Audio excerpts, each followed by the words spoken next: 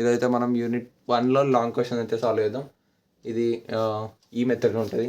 dy/dx plus p(x) = q. Question వచ్చేసి y(dx plus x minus y³ dy = 0). దీన్ని మనం ఈ ఫామ్లోకి మార్చుకుందాం. ఈ క్వశ్చన్ని మనం ఈ ఫామ్లోకి మార్చుకోవడానికి మనం ఇక్కడ ఉన్న x minus y³ right side పంపించేద్దాం. అంటే y(dx) = -x minus cube dy. ఈ మైనస్ని దీంతో మల్టిప్లై చేస్తే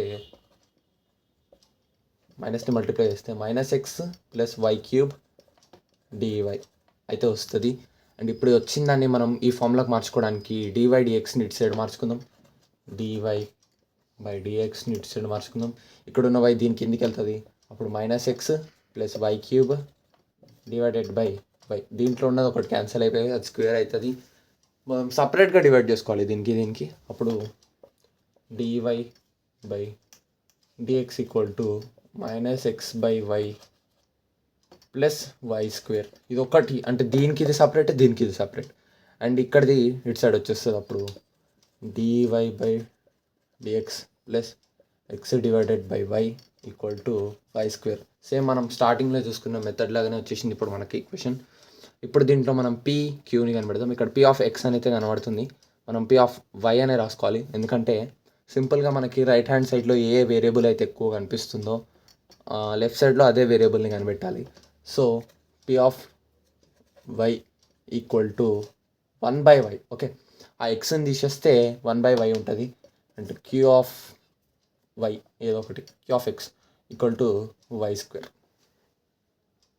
ఓకేనా, y² అయితే ఉంది మనకి ఇప్పుడు అక్కడ.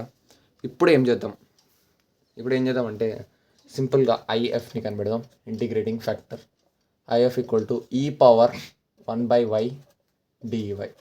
దీని ఫార్ములా 1/y ఇంటిగ్రేషన్ 1/a అంటే ఇది log of a కదా.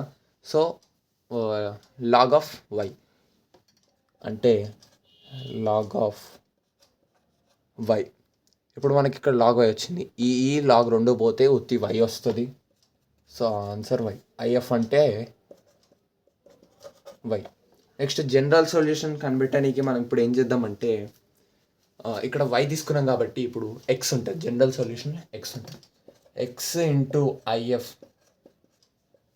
= Integration q(IF) plus dy plus c. Okay, ఇది మన జనరల్ సొల్యూషన్ ఫార్ములా. ఇదంతా మన జనరల్ సొల్యూషన్ ఫార్ములా. ఇప్పుడు మనం ఏం చేద్దామంటే IF ప్లస్లో వైని సబ్స్టిట్యూట్ చేద్దాం. q ప్లస్లో y² into y dy plus c. ఇప్పుడు ఇది xy ఇదంతా ఇక్కడ సింపుల్గా మనం గుర్తుపెట్టుకోవాలి. ఇక్కడ మనకి ఏముందంటే ఇంటిగ్రేషన్ y³ ఉంది. సో ఇంటిగ్రేషన్ y³ ఫార్ములా చేస్తే మనకి y⁴/4 అని అయితే వస్తుంది. సో ఇక్కడ మనం సింపుల్గా y⁴/4 ప్లస్ c అని అయితే రాసుకుందాం. And that's it. ఇదే మన ఆన్సర్.